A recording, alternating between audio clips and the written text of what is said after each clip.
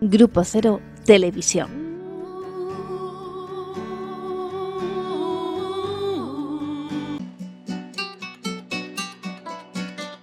No estamos exactamente en ningún sitio. Somos esos arcángeles negros que solo aparecen para enfrentarse con la muerte. Hola. Muy buenas. ¿Qué tal? ¿Cómo están? Poesía-más-poesía.com, una revista gratuita para todos ustedes ahí en la página web, y el programa en vivo en Grupo Cero Televisión todos los jueves a las 22 horas, hasta que tomemos vacaciones, que se están acercando. Así, pero todavía seguimos. Seguimos, sí, seguimos. Y hoy en el programa 310 de Poesía más Poesía viajamos de nuevo al gran país asiático. Volvemos a viajar a la antigua China. Pero hoy lo hacemos desde la perspectiva precisa y delicada de su poesía amorosa. Conoceremos a algunos de los poetas más importantes que cantaron el amor y el erotismo en esa tradición milenaria. Entre otros, Xu Ling, del siglo VI, Liu Yun, del siglo V después de Cristo, estamos hablando, Lu Qi, del siglo III después de Cristo, Xiao Pei, del siglo II, Wang Shun, de fines del siglo II, Fu Xuan, del siglo III, Chang Hua, del siglo I, His Tiao, del siglo V, Shen Yue, del siglo V, Xiang Hun, del siglo VI, Ho Tzu Lang, del siglo V, Yan Fan, del siglo IV, Pao Chao, del siglo V, Pao Linghui, de principios y mediados del siglo V, Pan Yue, del siglo III, Wang Chun, del siglo V, Wang Zhenju, del siglo V, Xiao Kan, del siglo VI y Xiao Zhen, del siglo V. ¿Qué son todos esos? Todos estos son poetas del amor. Poetas que ¿Seguro? ¿Seguro? Seguro, así. ¿Cuántos? Veremos cómo, no me quiero adelantar, pero veremos que hay dos grandes antologías del amor de la poesía china antigua y hoy sobre todo nos vamos a centrar en una de ellas. Dejaremos para otro programa la más antigua. También podemos encontrar en esta época muchos poetas anónimos que escribieron al amor. Recordamos que en el anterior programa que dedicamos a la poesía china, hablamos de que antes de un tiempo, la poesía era como una gran voz coral donde no importaba tanto el nombre de quien lo escribía. Y como el poeta que vimos en el anterior programa era conocido como el primer poeta chino precisamente porque había producido ese yo del poeta. Entonces hoy traemos poemas de poetas con nombre, ¿no? En otro programa traeremos poemas de amor dentro de esa voz coral, anónimos. Pero además hoy también nos vamos a encontrar con algo distinto en relación con esta producciones históricas que se van haciendo en la poesía a lo largo de los siglos. Porque hoy vamos a encontrar también otro fenómeno, y es que estos autores también los podríamos conocer como los poetas de la feminidad. Cómo se va construyendo también la voz femenina en la poesía, la voz de la mujer. Una mujer que habla del amor, una mujer que habla del deseo, en una civilización antigua, muy regulada, que es esta a la que vamos a viajar hoy. Son poetas que a la vez nos resultan clásicos y modernos, como si hubieran quedado suspendidos en un tiempo que no se agota, un tiempo que vuelve en cada poema y abre un espacio nuevo, inesperado. Sus voces nos llaman y al escucharlas, también nosotras entramos en ese juego, en nuestra función como presentadoras de este programa creado por Miguel Óscar Menasa, poeta, médico y psicoanalista, ese amante de la poesía que nos ha transmitido su pasión por la palabra. En estas voces chinas late la humanidad de una forma finísima, como una flor de loto abierta al lenguaje. Es un trabajo de siglos, el trabajo de otros hombres y mujeres en el camino de la poesía, construyendo una función nueva para el amor, transformando los sollozos en perlas nacaradas que ruedan por la mesa del tiempo sin caer en el abismo. La poesía aparece como una botella pequeña que guarda un veneno suave y necesario, algo del deseo que se trueca en palabras. Con movimientos precisos, sin salirse del brocado del silencio, estos poetas siguen las huellas que los dioses dibujan en el cielo. Dioses de humo y vida efímera que, sin embargo, tocan lo divino cada vez que una combinación de caracteres chinos se posa en el papel. Estamos ante una poesía simbólica, llena de sueños e imágenes que se encienden y se apagan como luces en el humo. Heterogénea, delicadamente disciplinada, con una belleza que, al mirarla de cerca, nos recuerda también a nosotros, nuestra propia evolución de este programa que ya pasa los 300 y sigue abriéndose a posibilidades infinitas de poetas nuevos. La poesía amorosa china nos devuelve una y otra vez ese ser indefinido de la sexualidad, algo que no termina de fijarse y sin embargo insiste. Como un vaivén de movimientos torpes y hermosos, el poeta avanza con su amada hacia una dimensión más amplia, social, universal. La escritura es mecanismo, operación y método, pero también es puerta, pasaje, transporte a otro tiempo. Una entrada enorme al conocimiento de esta cultura milenaria. Nada mejor que la escritura para acompañar el misterio humano. En estos poemas vemos a los poetas dialogando entre sí a través de los siglos, escuchándose, puntuando nuestra propia alma, educándola. Con la precisión afilada de los caracteres chinos y la naturalidad de la gente común, en cada canto parece nacer una escritora, aunque el autor sea un hombre, porque la voz que habla es, casi siempre, una voz de mujer. Ese es también nuestro deseo, alcanzar ese canto que no se queda en el cielo de los astros, ni se arrastra como una serpiente, sino que se mueve como la propia tierra, viva y sin igual. Una tierra que no se deja atrapar en la repetición, pero que persigue lo ya hecho para transformarlo. Una ubre tierna de recuerdos donde la poesía amorosa china y nuestra lectura actual se encuentran. Para preparar este programa nos hemos basado principalmente en 2 libros. Poesía amorosa de la antigua China, selección y traducción de Ruth Berg, y Poemas chinos de amor, versión, notas y prólogo de Harold Alvarado Tenorio. Empezaremos con una frase que recoge Daniel Fara en el prólogo del libro de Ruth Berg, citando al poeta Xu Ling, donde dice: «La poesía puede ser un sustituto de la flor del olvido y curar la enfermedad del tedio». Es una imagen preciosa. La poesía como una droga mejor que cualquier droga, algo que no anestesia sino que despierta, que disipa el aburrimiento y nos devuelve al deseo. Vamos a leer la primera ronda de poemas.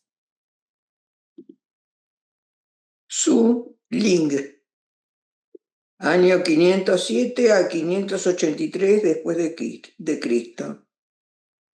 Xu Ling, cuyo nombre de cortesano fue Xiao Mu, nació en Shantung. Su padre fue tutor del príncipe Xiao Kang y gracias a ello Xu Ling llegó a la corte. Allí disfrutó del mecenazgo imperial y se cree que fue el propio emperador quien le encargó reunir los poemas que hoy conocemos como nuevos cantos desde una terraza de jade. Sin él no tendríamos buena parte de los poemas amorosos que vamos a leer y comentar en este programa.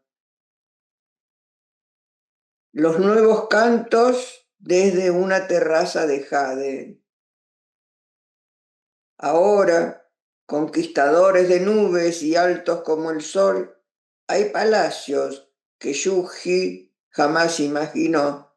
Sus 1000 portales, sus 1000 puertas fueron alguna vez cantadas por Yang Men.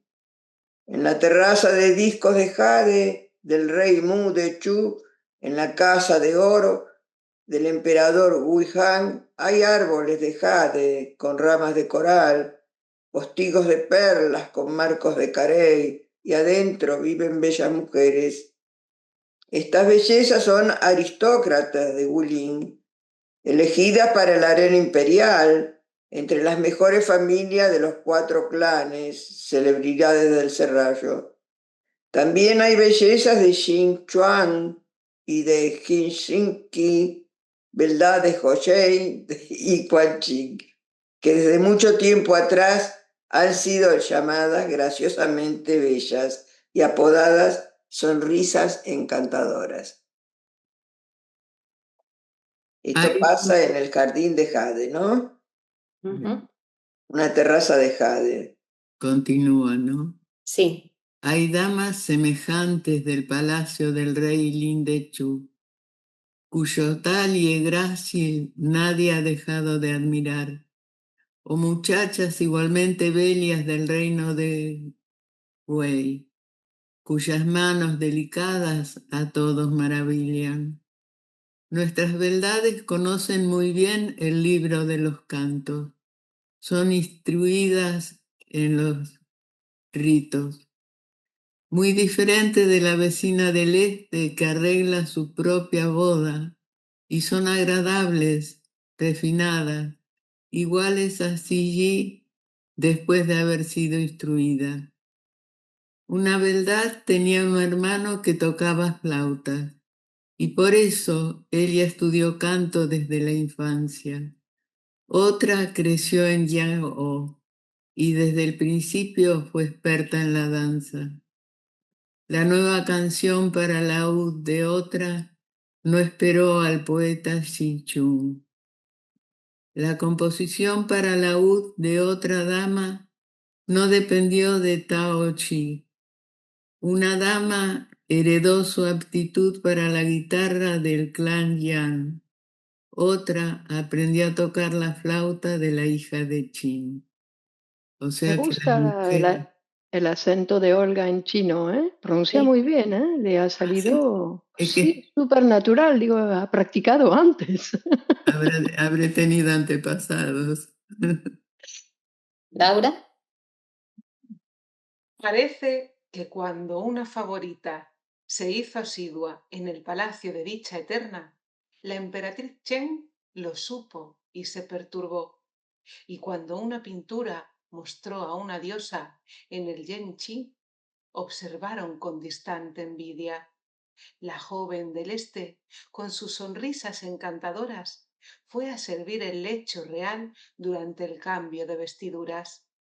Shishu, frunciendo el entrecejo, tuvo un lecho lujosamente cortinado. Otra dama acompañó al emperador al palacio Saso, donde movió su talle al son de la música del remolino. Eternamente feliz, en el palacio del pato mandarín, una dama crea nueva música para los ritmos. Una beldad peina su cabello en manojillos de rizos, ve el reflejo de sus mechones laterales, inserta hebillas de oro en la nuca, fija una peineta enjollada de través. El negro col de una ciudad del sur acentúa sus cejas gemelas. El rouge yen de un lugar del norte da bello matiz a ambas mejillas. También hay un divino joven en una cumbre montañosa que compartió su droga con el emperador Wei, y uno con un fénix precioso en la cintura que ofrece su calentario a Gisunian. Las estrellas de oro rivalizan con el brillo de la estrella Unu. Las lunas de almizcle compiten con la dulce luz de Chang'o. de las seductoras mangas de un fénix resaltado, manó incienso del secretario Han. Las largas faldas de la cola de la golondrina en vuelo estaban destinadas a quedar atrapadas en el cinturón del príncipe de Shen, aunque nunca se les hizo un retrato. Nuestras beldades nada envidian a esa dama cuyo retrato pende en el palacio de la dulce primavera. Así, aunque estén muy lejos de ser diosas, en nada se diferencian de aquella que jugaba en la terraza del sol. Verdaderamente, pueden ser llamadas beldades que arruinan reinos y ciudades incomparables y únicas.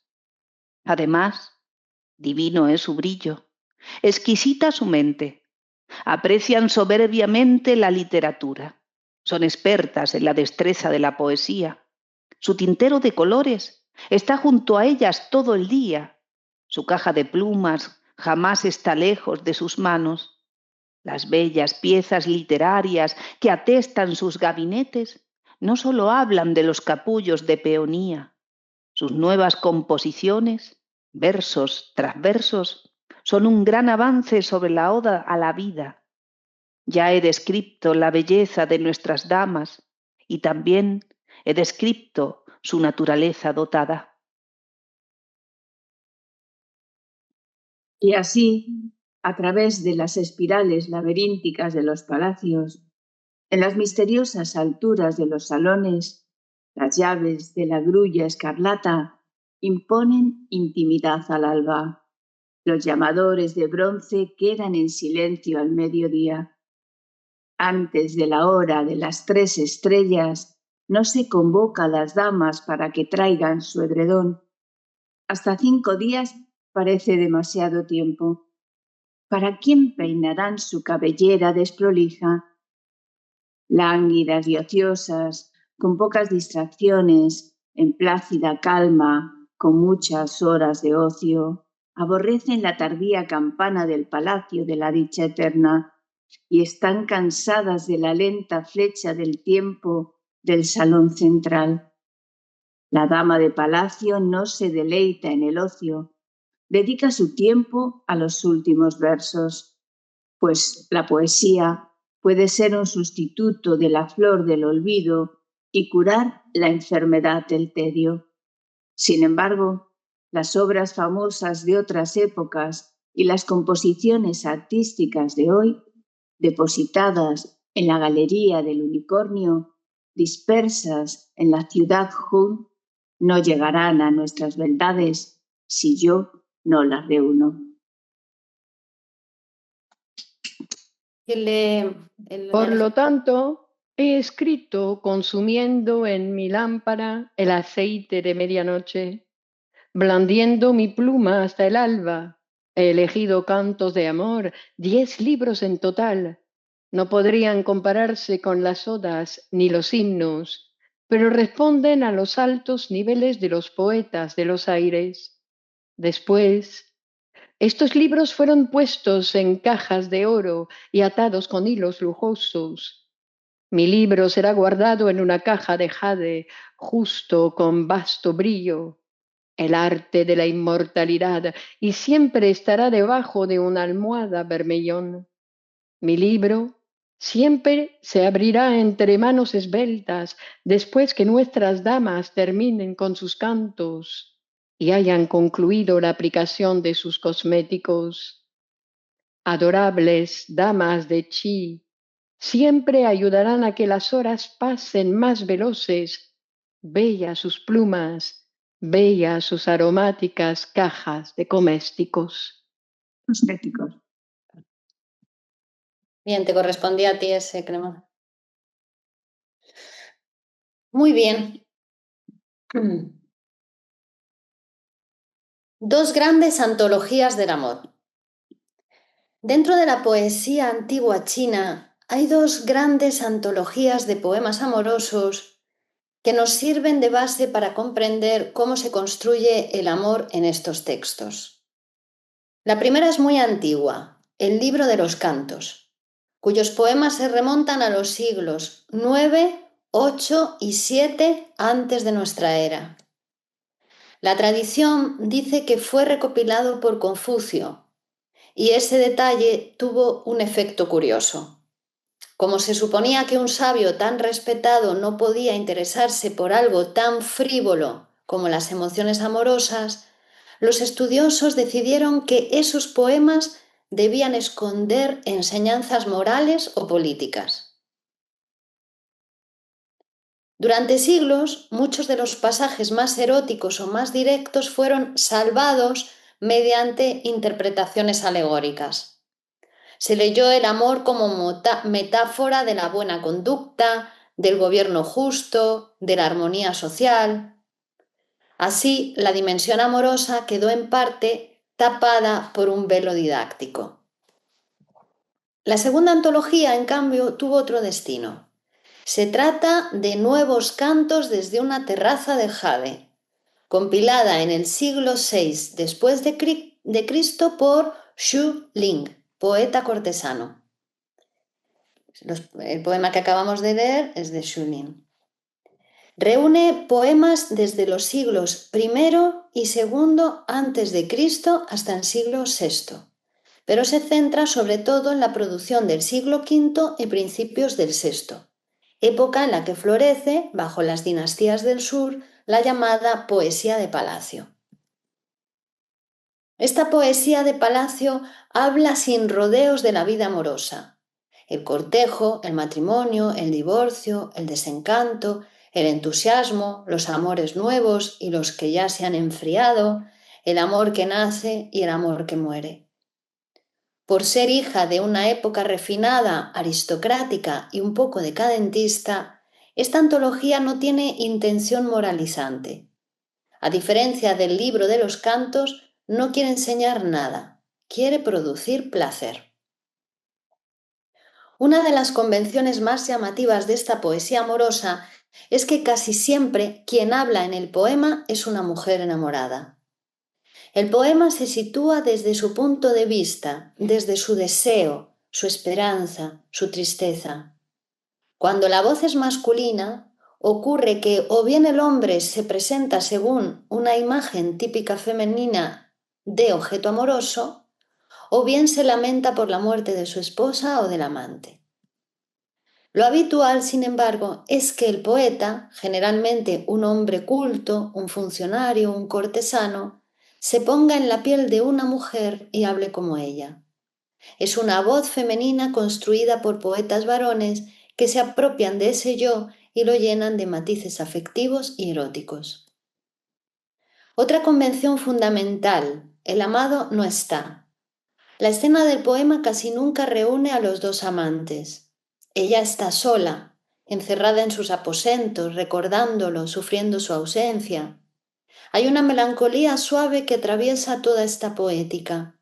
La mujer aparece triste pero resignada, sin rebelarse contra su destino, como si su condena fuera amar en soledad. En los poemas amorosos más antiguos, la escena suele situarse en la naturaleza, junto a ríos y arroyos, entre bosquecillos, sobre las murallas de la ciudad. El paisaje participa de la emoción. Con el tiempo, sin embargo, el amor se desplaza hacia adentro, hacia el mundo cerrado del tocador femenino. En la poesía cortesana, la única figura visible es la mujer. No hay sirvientas, ni hijos, ni amigas, ni familiares, y sobre todo no hay esposo ni amante. La mujer queda enmarcada sola en ese espacio de lujo, casi claustrofóbico, que hace crecer su nostalgia. Ese interior femenino no está desconectado de la naturaleza, al contrario, los poemas alternan el mundo de la alcoba con imágenes del mundo exterior. El contraste entre el paisaje y la intimidad sirve para subrayar lo pasajero del tiempo, del amor y de la vida. Un rasgo sorprendente de estos poemas es la ausencia de contacto físico explícito. Casi nunca se nombra el cuerpo erótico tal cual. Todo indica que las referencias sexuales directas se consideraban de mal gusto para la poesía. Por eso no aparecen los pechos, las caderas, los muslos o los genitales nombrados de forma directa. En su lugar, los poetas usan un recurso refinado, la metonimia. El cinturón enjollado sugiere la cintura. Una manga bordada alude al brazo. Una joya en el cabello dice algo del cuello o de la nuca. El erotismo se desplaza hacia los objetos, la ropa, los adornos. Y como culturalmente ningún hombre podía entrar en el tocador de una dama, salvo en el sueño, la imaginación poética encontró otra vía: animar los objetos de la habitación con un rol masculino. Así aparecen cortinas que suspiran, lámparas que seducen, camas apasionadas, almohadas celosas. Todo el mobiliario participa del deseo. Un ejemplo famoso es el poema El lecho de Liu Yun, donde quien habla es un colchón azul que contempla a la dama y parece desear que el amante venga a celebrar allí, sobre él, las fiestas de la noche. Es el objeto que ve, que sabe, que guarda el secreto del encuentro amoroso. Este lenguaje indirecto y metonímico se extiende también al mundo natural. Cada elemento del paisaje puede funcionar como símbolo amoroso. Algunos ejemplos. Los gansos salvajes son mensajeros entre amantes, sobre todo cuando vuelan del norte, donde los hombres están en campaña militar, hacia el sur, donde esperan las mujeres. La carpa alude a las cartas que se enviaban en recipientes en forma de pez. La carpa doble se asocia a la fertilidad y a la dicha conyugal. Las algas son imagen femenina dentro de la relación amorosa. Hablan de la dependencia y el vaivén de la mujer unida a su amado. El hibisco y el loto, de flores brillantes y abundantes, son emblemas eróticos. Sus brotes rojos y las raíces entrelazadas del loto sugieren la unión y el enredo íntimo de los amantes. La orquídea representa a la joven hermosa. La sombra y el eco forman una metáfora doble del amor. Ella es sombra y eco, él cuerpo y sonido. Todo esto forma un pequeño diccionario simbólico que los lectores de la época conocían bien y que nosotros vamos redescubriendo al leer estas traducciones. Pasamos a la segunda ronda de poemas.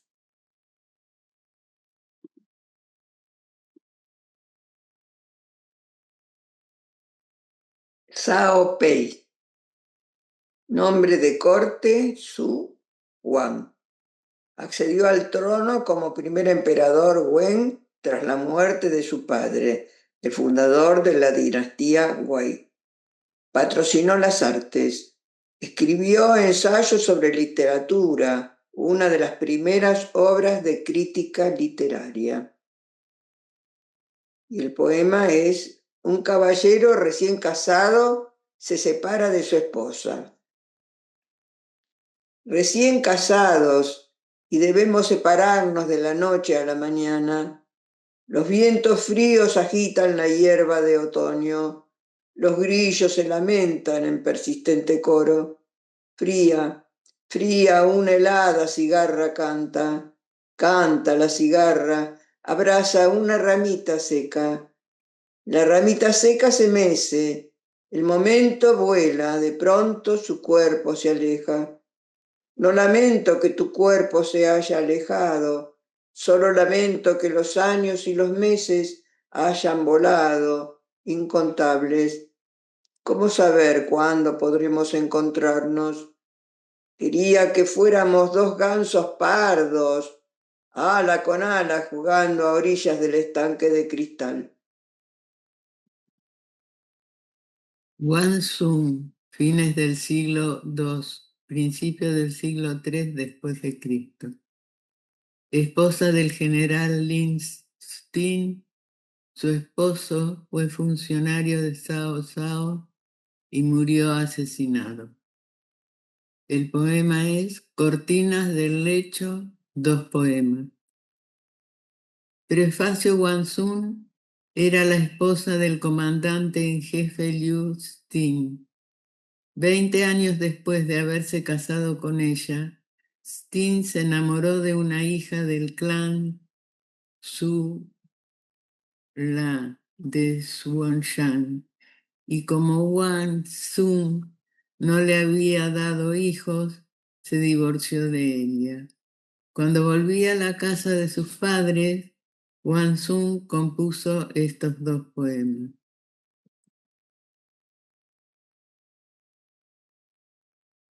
Cortinas del lecho, dos poemas.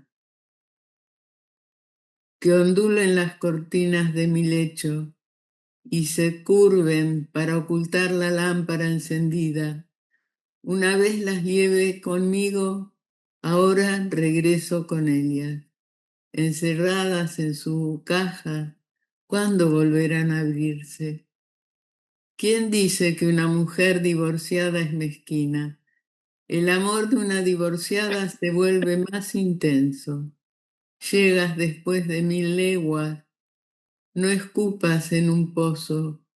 Nadie más que tú ha manchado las cortinas del lecho que una vez usaste.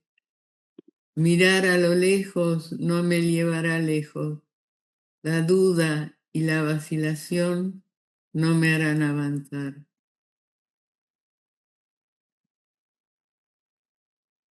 Wuxuan, 217-278 después de Jesucristo. Laura, se te escucha muy bajito. ¿Puedes subir el volumen? Sí.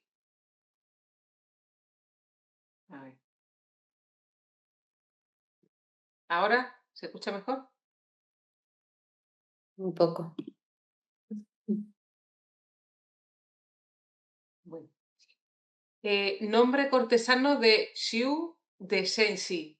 Gracias a su talento literario ascendió a la riqueza y accedió a la fama.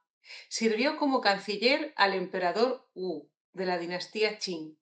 De su obra de 100.000 volúmenes solo sobreviven unos 60 poemas, casi todos ellos canciones. El poema Verde, verde hierba de la ribera. Es verde la hierba de la ribera y largo el camino de 10.000 leguas. Él juró volver del camino lejano cuando la hierba crezca en primavera. La primavera llegó, la hierba ya no crece. Por la promesa rota exhalo inaudibles suspiros. Conmovido por la naturaleza, mi corazón amante anhela. El sueño despierta una honda pasión. Sueño que somos como patos mandarines planeando ala con ala entre las nubes. Cuando despierto, silencio, ya no veo tu rostro, tan remoto como Antares y Orión. El río Lo y el río Amarillo son seguros, pero no tan seguros como el monte Sun. Las mareas crecientes nunca llegan a casa, pasan las nubes fluctuantes para luego regresar. Vientos tristes ensombrecen mi corazón amante, tan lejos, ¿quién podría saberlo? Los planetas, suspendidos, no se detienen ni permanecen, veloces como caballos de carrera. Aguzo el oído para escuchar tu eco. Aparto la mirada, de mis ojos brotan lágrimas. Durante el tiempo de nuestras vidas no tenemos esperanza de encontrarnos. Te veré allí abajo, en los manantiales eternos. Yang Hua, año 78 a 139 después de Jesucristo. Nombre cortesano de Mao Xian, de Houpei. Se elevó de la pobreza a la riqueza gracias a su talento literario. Fue ministro de Estado de la dinastía Qing. Se convirtió en famoso erudito y fue designado tutor del heredero. Escribió el tratado sobre la investigación de fenómenos, del que sobreviven algunos fragmentos reconstruidos. Fue ejecutado por respaldar la causa de la emperatriz Xia en contra del príncipe Xiao. El poema se titula Última dulzura.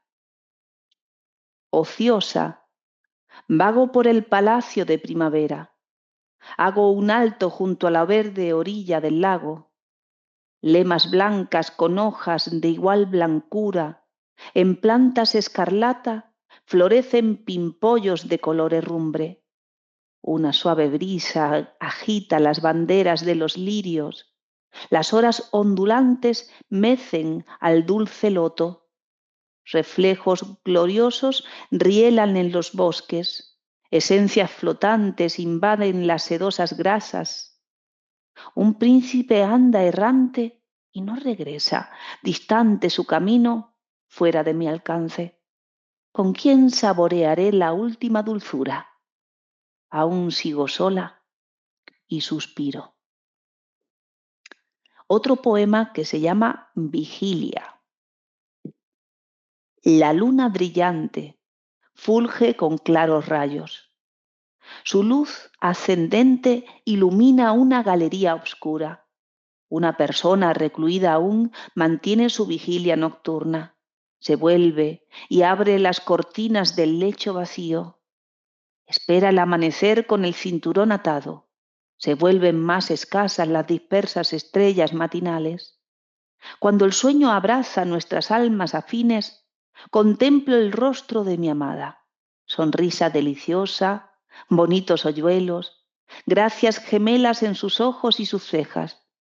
Cuando despierto, mis largos suspiros son más profundos. Mi corazón, abatido, está triste y solitario. Xie Tiao, 464 a 499 después de Jesucristo. Nombre de corte Xuan Hui, de Honan. Fue funcionario del emperador Ming. Más tarde fue encarcelado por no haber respaldado la rebelión Tung Hun y murió en prisión. Fue admirado por Li Bai y de su obra sobreviven alrededor de 150 poemas. Enamorados para siempre. Al ponerse el sol, ella se sienta junto a la ventana, el bello rostro arrebolado. Los vestidos de danza están plegados, sin coser. Torrentes de seda amarilla yacen cubiertos sin tejer. Las libélulas cubren con sus alas las puntas de la hierba. Las abejas andariegas liban la corola de las flores.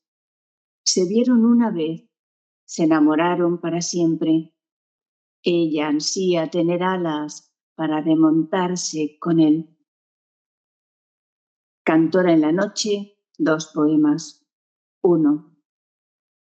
En un tocador de jaspe escucho el tintineo de los brazaletes. Las esteras de jade se cubren de polvo fragante. Ordeno una joven de Loyang. Pido flautas de Changnan. Plenos de amor sus movimientos lánguidos en la danza. Tan tierno su canto apasionado. Si eres mi amor secreto, lo sabrás. Los brazaletes de jade proclaman el tamaño de mi corazón. 2. Los invitados de honor dan lustre a los 4 asientos. Las bellezas encantadoras son dignas de 1000 monedas de oro. Las horquillas desprendidas se hacen eco de las rotas cintas del tocado y los aros caídos responden a la pasión del laudista. Las cejas pintadas ríen ahora con todos. Los aromas penetrantes se adhieren a la solapa de un invitado. Entrada la noche, el regocijo se vuelve calma. Las cortinas de bambú están silenciosas y quietas.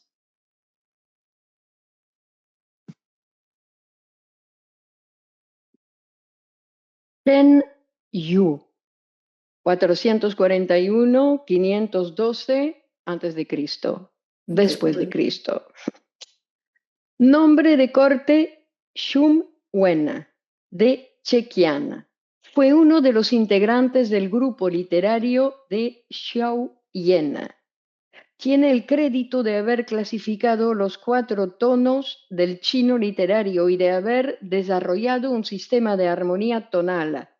Su poesía fue muy popular y de ella sobreviven unos 200 poemas. Sueño con una mujer adorable.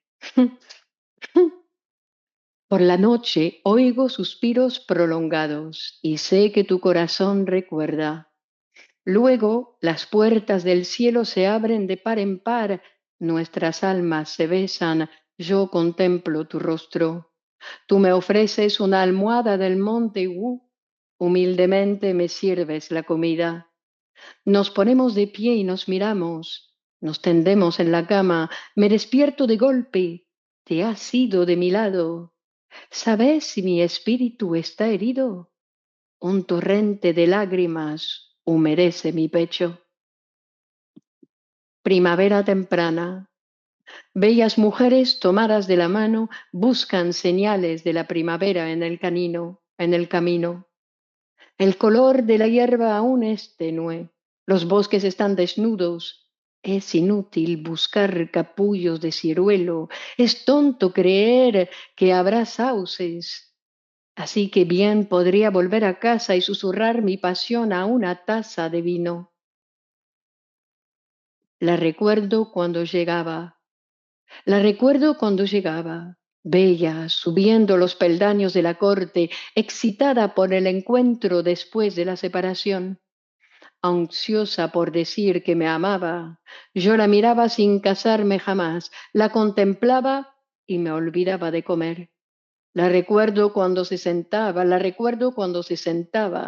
rígida frente a las cortinas de seda del lecho. A veces cantaba 4 o 5 canciones o tocaba 2 o 3 acordes. Cuando reía, no había quien la igualara. Cuando se enfurruñaba, era todavía más adorable. La recuerdo cuando comía. Su rostro sonrojado, inclinado sobre el plato, dispuesta a sentarse, pero demasiado tímida para hacerlo. Dispuesta a comer, pero demasiado tímida para hacerlo. Mantenía la comida en la boca como si no tuviera hambre. Levantaba su plato como si se sintiera débil. La recuerdo cuando dormía, aunque una vez dormida luchaba por permanecer despierta. Para desvestirse no necesitaba que le rogara. Cuando se tendía, esperaba que la abrazara. Entonces se la veía nerviosa, todo encanto y pudor, a la luz de la vela.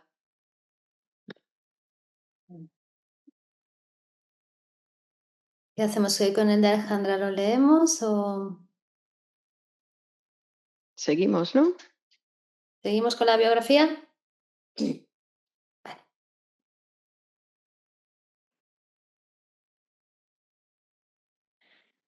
Como hemos visto en anteriores programas, la poesía china tiene una tradición de más de 3000 años, en la que se han ido desarrollando formas, métricas y estilos propios. 2 de las formas más conocidas son el shi y el zi. El shi es una de las formas más antiguas, con un número muy preciso de sílabas por verso. El zi alcanzó su auge en la dinastía Song y se escribe con versos de longitud irregular ajustados a melodías preexistentes. Como nos recuerda Harold Alvarado Tenorio, el chino es, además, una lengua profundamente musical. La falta de marcas claras de tiempo verbal, número, género, etc., hace que el verso sea compacto y abierto a muchas interpretaciones, casi como un acto de adivinación. No es casual que desde muy pronto los chinos relacionaran estrechamente poesía y música. Otra peculiaridad es que en China la poesía ha estado muy ligada a la vida cotidiana. No han existido propiamente poetas profesionales. Han escrito poesía emperadores y concubinas, monjes y generales, campesinos y funcionarios. Sin embargo, son sobre todo los hombres educados en los clásicos, los funcionarios del Estado, quienes más la han cultivado. Durante siglos, escribir poemas fue parte de la vida letrada. Los poemas sirven para casi todo: celebrar bodas y banquetes, acompañar una despedida entre amigos, criticar la política, suavizar el dolor, iniciar un galanteo, recordar un viaje o simplemente matar el aburrimiento y afinar la escritura. En reuniones de amigos era habitual sortear el ritmo o la forma y componer allí mismo, respondiendo al poema de otro, compartiendo la misma cadencia o las mismas palabras. Dentro de esta enorme tradición, la poesía amorosa ocupa un lugar muy particular. El amor romántico aparece casi siempre desde la perspectiva de la mujer, poniendo el acento en el sufrimiento y la fragilidad de su posición. A veces la corte imperial y las concubinas se comparan con el cielo, con damas del firmamento, y los favores del emperador se vuelven lluvia o rocío que dan vida. La poesía china se caracteriza también por su contención y decoro. No hay grandes epopeyas heroicas.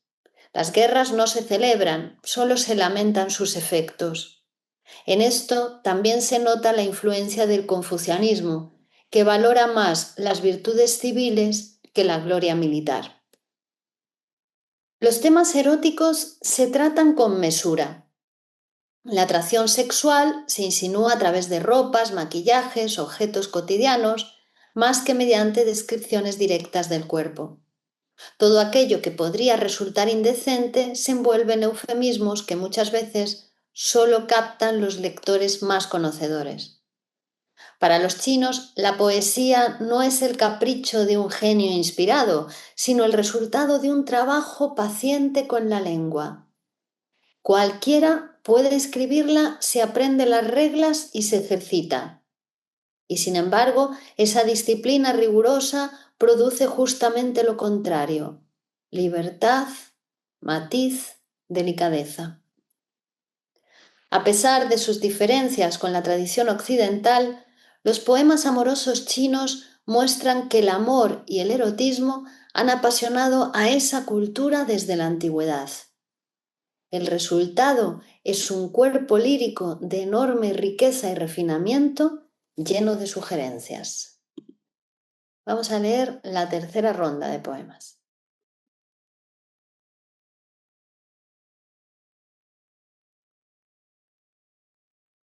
Shang Fan, siglo IV después de Cristo. Nombre de corte, Kun Yui, de Chechán. Sirvió a la dinastía Qin en varios cargos y finalmente se retiró al campo. Un cuarto vacío. Me quedo sentado solo en un cuarto vacío. La desdicha puede comenzar de mil modos. Tristes ecos responden a los suspiros de pena. Infelices lágrimas responden a palabras amargas. Doy vueltas y miro a mi alrededor. El blanco sol traspasa las colinas del oeste, pero no veo llegar a mi amada. Solo veo pájaros de regreso a casa, pájaros que vuelan alegres y al atardecer descansan cada uno en su bandada. Bello árbol. Mi vecino del sur tiene un árbol bello que saluda al sol y da capullos blancos. Frondas suaves cubren sus largas ramas, verdes hojas abrigan el tronco rojo. Con el viento exhala lánguidos susurros y el aire perfumado atraviesa la niebla purpúrea. Mi corazón arde por ese árbol. Al atardecer pasearía bajo su sombra, al alba acariciaría sus corolas. Qué profundos y firmes sus raíces, qué pobre y oscura mi casa. Trasplantarlo es un sueño sin esperanza. Mis suspiros, ¿de qué sirven? Otro. Pao Chao, 412 a 466 después de Jesucristo. Nombre cortesano Min Xuan, de Qianzu. Sirvió bajo las órdenes del emperador Xiao Wu. Fue asesinado por soldados sublevados. Se lo considera uno de los poetas destacados de las dinastías del sur, especialmente por sus baladas y sus innovaciones en el género de las canciones populares. De su obra sobreviven alrededor de 200 poemas. A mi antiguo amor, 2 poemas. Las cenizas frías mueren, se enciende una vez más. Las flores del atardecer se renuevan al alba.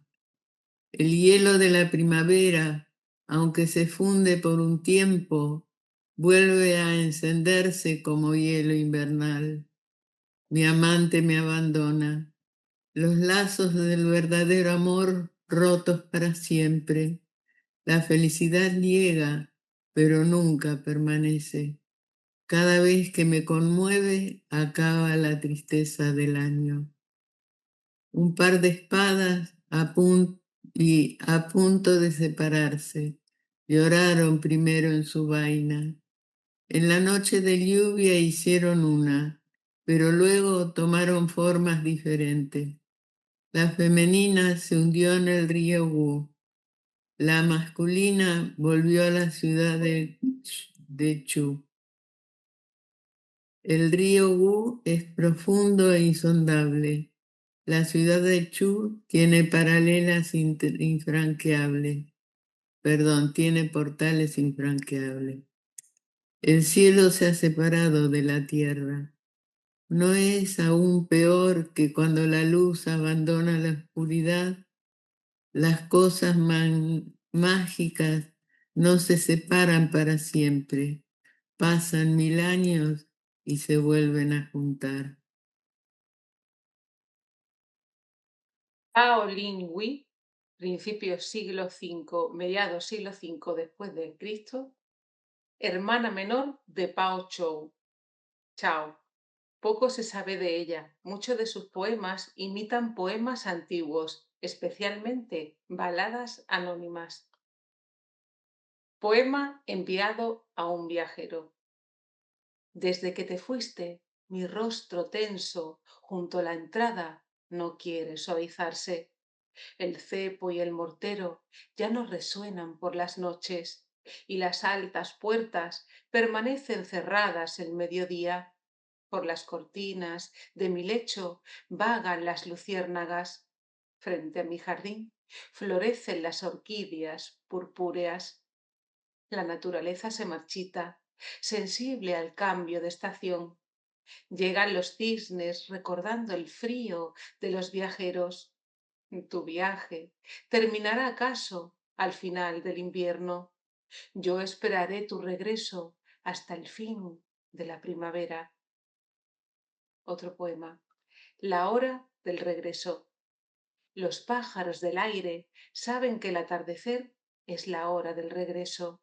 Solo el que anda errante no retorna a su hogar.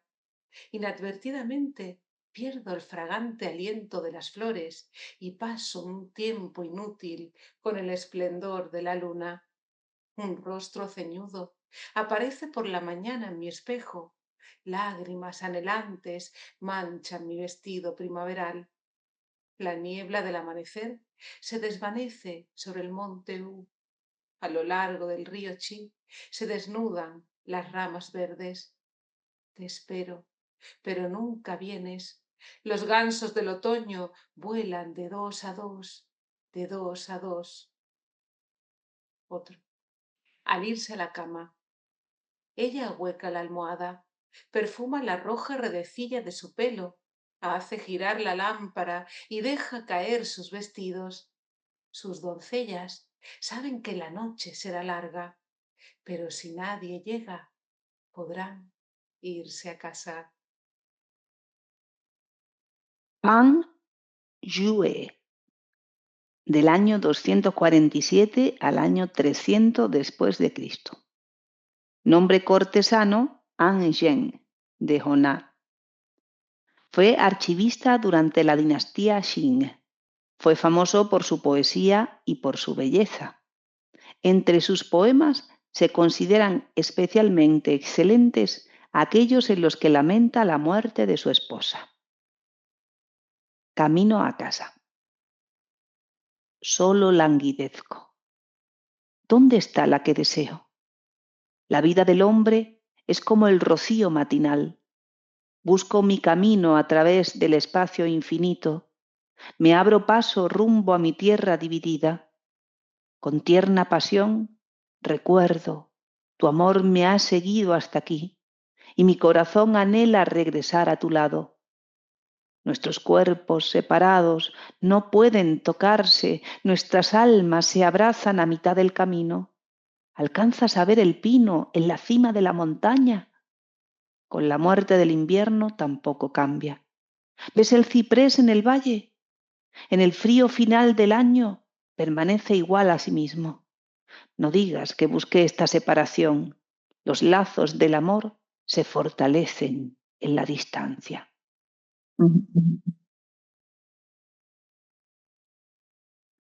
Wang Shu, fines siglo V, principios siglo VI después de Jesucristo. Datos biográficos escasos. Por sus poemas se infiere que participó en la vida cortesana, a una joven que recoge moras. A lo lejos veo una muchacha que levanta su cesta, joven, etérea, tan exquisita. Lista para partir, se vuelve, luego se aleja. A punto de hablar, sus labios se abren en una sonrisa. Recién separado de mi esposa, no tengo deseos de buscar una nueva amiga, pero solo porque ataste tu cinturón de oleastro, permíteme agradecerte con mi rocío de magnolia. Otro poeta. Yu Tan. Fines del siglo V, principios del siglo VI después de Jesucristo. Erudito, fue gobernador de un distrito de Guangxi y más tarde secretario de Xiao Wang. Una noche soñé que volvía a casa. En un sueño corrí a casa, a mi amante. Contigo saqué agua helada del pozo, la cuerda de seda blanca del cubo de bronce, el encantador brocal del pozo de plata blanca. Los gorriones salen velozmente de los árboles frondosos. Los insectos revolotean alrededor de las vigas de carey. Apartada, tú no me ves. Yo puedo soportar la gloria de la primavera.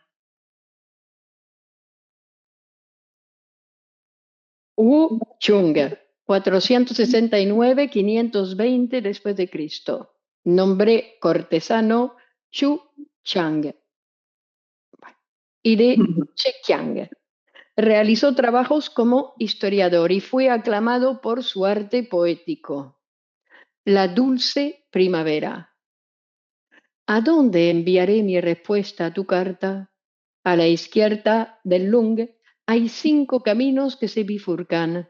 Con lágrimas muelo tinta Tuching. Mi pincel mancha la blancura del papel de plumón de cisne. En el estanque de la isla Meng flotan matices verdes jade. El rocío cae fragante sobre el lago Tungting. Prometiste regresar, pero no regresaste. La dulce primavera pasó en vano. Recuerdos dolorosos. La cigarra del mediodía tiene recuerdos dolorosos. El rocío nocturno vuelve a humedecer un vestido. Al dejarme hace tiempo, ¿qué fue lo que dijiste que hizo que la luciérnaga iniciara su vuelo? ¿Leemos estos?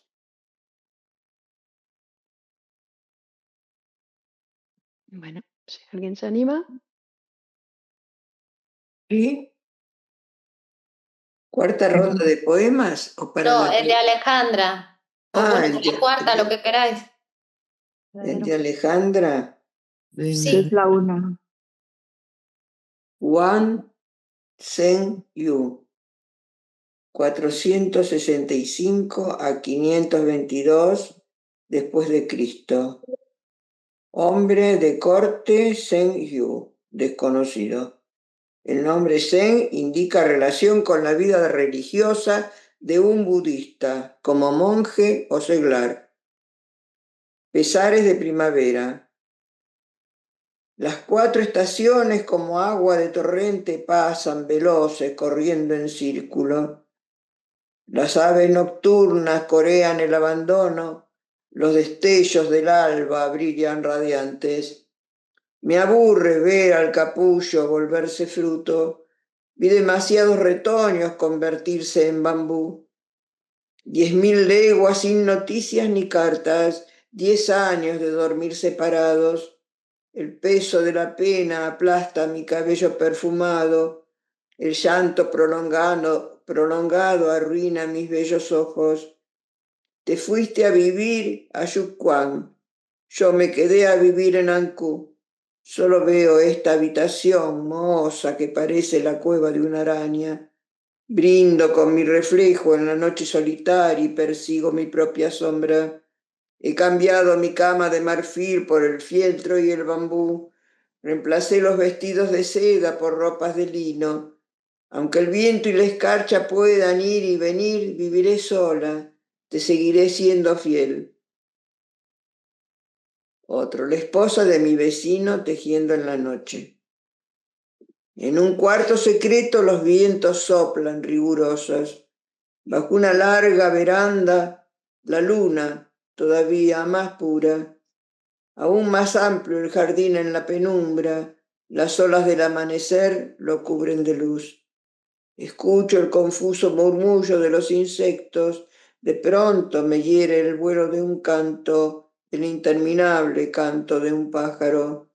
Mi amor eterno, preocupada porque aún no tienes una capa, noche a noche tejo junto a la ventana. Muy bien. Luego hay más poemas Sí. que quedan para la revista y también aquí ya introducimos un par de poemas que pertenecen al libro de los cantos, al que compiló Confucio y que bueno, pues otro poema, en otro programa seguiremos trabajando este tema, el amor y la feminidad, porque hay mucho material y mucho que leer, pero ya lo dejamos para otro programa. En la revista los lectores pueden encontrar más poemas, ¿vale? De los que hemos leído aquí. Fabuloso. Bueno, así que les esperamos la próxima semana con nuevos poetas, poemas y encuentros difusos. Bueno, un fuerte abrazo, compañeras. Gracias. Buena semana. Adiós. Chao, chao. Adiós.